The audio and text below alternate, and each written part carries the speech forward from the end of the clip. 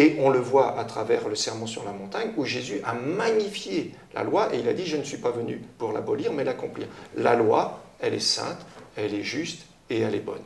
Et il me semble que justement l'objectif de cette loi, alors moi je le prends dans la Bible en français courant, je trouve ça très fort au verset 13, le commandement a permis de reconnaître combien le péché est mauvais et de montrer toute sa violence.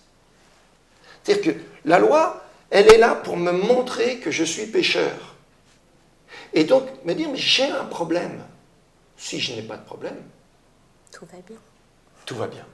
Si j'ai un problème, je vais chercher une solution. Et donc la loi a une pédagogie. Et déjà, la première pédagogie, avant d'autres passages où Paul va dire qu'elle me conduira à Christ, avant de me conduire à Christ, elle doit me montrer que je suis mort. Que sans justement le Christ, je suis quelqu'un de mort.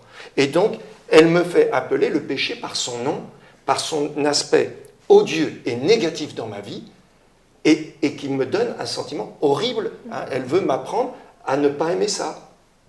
Et c'est justement dans la troisième partie que nous allons voir comment on peut se sortir de cette situation, puisque si j'ai un problème, comment le résoudre? Eh bien, on va voir ça dans notre troisième partie.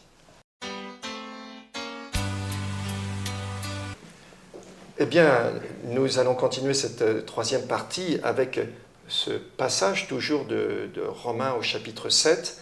Et si Francis, tu veux bien nous lire du verset 14 au verset 25 pour comprendre cette captivité de la loi du péché. Nous savons en effet que la loi est spirituelle, mais moi je suis charnel, vendu au péché. Car je ne sais pas ce que je fais, et je ne fais point ce que je veux, et je fais ce que je hais. Or, si je fais ce que je ne veux pas, je reconnais par là que la loi est bonne. Et maintenant, ce n'est plus moi qui le fais, mais c'est le péché qui habite en moi. Ce qui est bon, je le sais, n'habite pas en moi, c'est-à-dire dans ma chair. J'ai la volonté, mais non le pouvoir de faire le bien. Car je ne fais pas le bien que je veux, et je fais le mal que je ne veux pas. Et si je fais ce que je ne veux pas, ce n'est plus moi qui le fais, c'est le péché qui habite en moi. Je trouve donc en moi cette loi. Quand je veux faire le bien, le mal est attaché à moi. Car je prends plaisir à la loi de Dieu selon l'homme intérieur.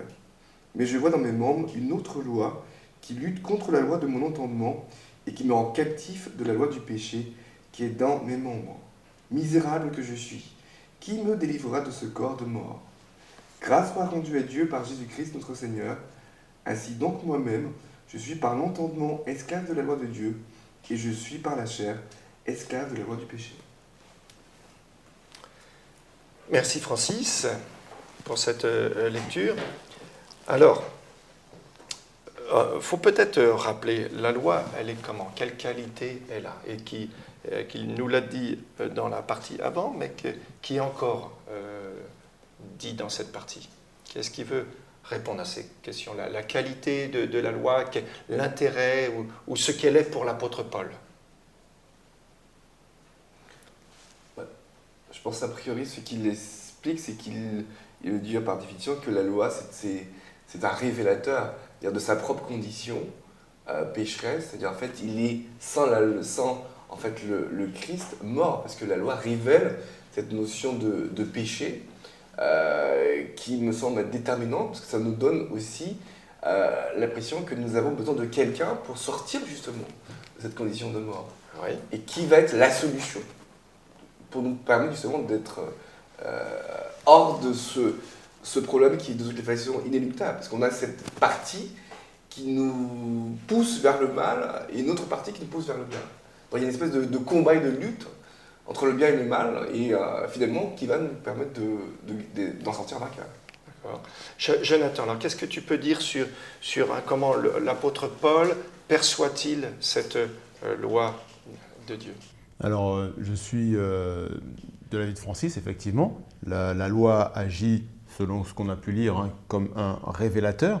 Mais je repense à la question que tu as posée tout à l'heure en demandant, ça nous a fait sourire, bon, après tout, si la loi agit comme un révélateur et qu'elle me révèle que je suis coupable et passible de sanctions, pourquoi s'intéresser à la loi? Est-ce qu'il ne vaut pas mieux vivre sans en avoir connaissance et de manière à ce qu'on vive dans toute largesse, j'ai envie de dire? Mais quelque part, d'une certaine manière, je pense qu'il ne faut pas qu'on s'illusionne. Parce que même si, mettons, je ne sais pas, je pense que vous êtes comme moi, que peut-être vous ne maîtrisez pas toute l'étendue du code pénal. Il est pourtant bien écrit, ce code, il existe et il régit la vie des citoyens français.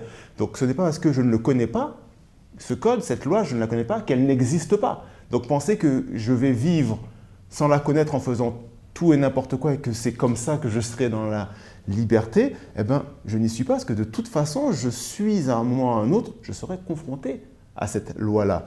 Donc, la loi qui nous révèle, aujourd'hui ou demain, nous fera prendre conscience qu'on a un problème. Et je rejoins Francis parce qu'il nous dit qu'à ce moment-là, on comprend qu'on a besoin d'une aide extérieure. Alors, avant d'aller voir l'aide extérieure, il y a la partie de la question auquel vous n'avez pas répondu et que je trouve dans le texte, c'est comment Paul, lui, donne son appréciation de la loi. Qu'est-ce qu'il en dit? Dans le verset 16, je reconnais par là que la loi est bonne. Donc pour lui, il explique quelque part que ce qu'il fait, c'est pas lui qui le fait. C'est-à-dire qu'il donne l'impression qu'il y a une espèce de force qui agit contre sa volonté. Et il est quelque part en poids. Il se dit, j'ai la volonté, mais non le pouvoir de faire le bien, car je ne fais pas le bien que je veux, et je fais le mal que je ne veux pas. Enfin, c'est quand même assez particulier, mais en même temps, il dit, je prends plaisir à la loi de Dieu, selon l'homme intérieur. Ça c'est le verset 22. Voilà, c'est le verset 22. Mais il dit en même temps que mais je vois dans mes membres une autre loi qui lutte contre la loi de mon entendement. Voilà. Alors, il faut qu'on soit bien au clair par rapport à ça. L'apôtre Paul, dans cette partie-là, verset 14, la loi est spirituelle. Elle est spirituelle, ce n'est pas simplement de la lettre, c'est plus que du code pénal, elle est spirituelle. La loi est sainte, juste et bonne, on avait vu tout à l'heure. Je suis d'accord avec la loi pour dire qu'elle est bonne, je prends plaisir à la loi de Dieu. Donc, Paul nous dit, ça c'est bon, je suis d'accord.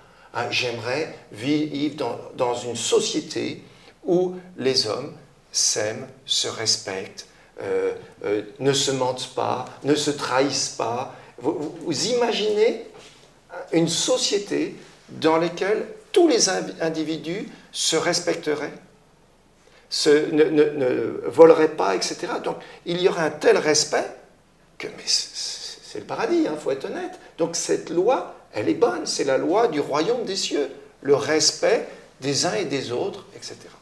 Donc il y a cette qualité-là. Pour moi, vouloir le bien, dit l'apôtre Paul, c'est possible. Ça, c'est possible. Je peux vouloir le bien. Tout le monde ne le veut pas forcément le bien. Mais l'apôtre Paul dit, je peux vouloir le bien.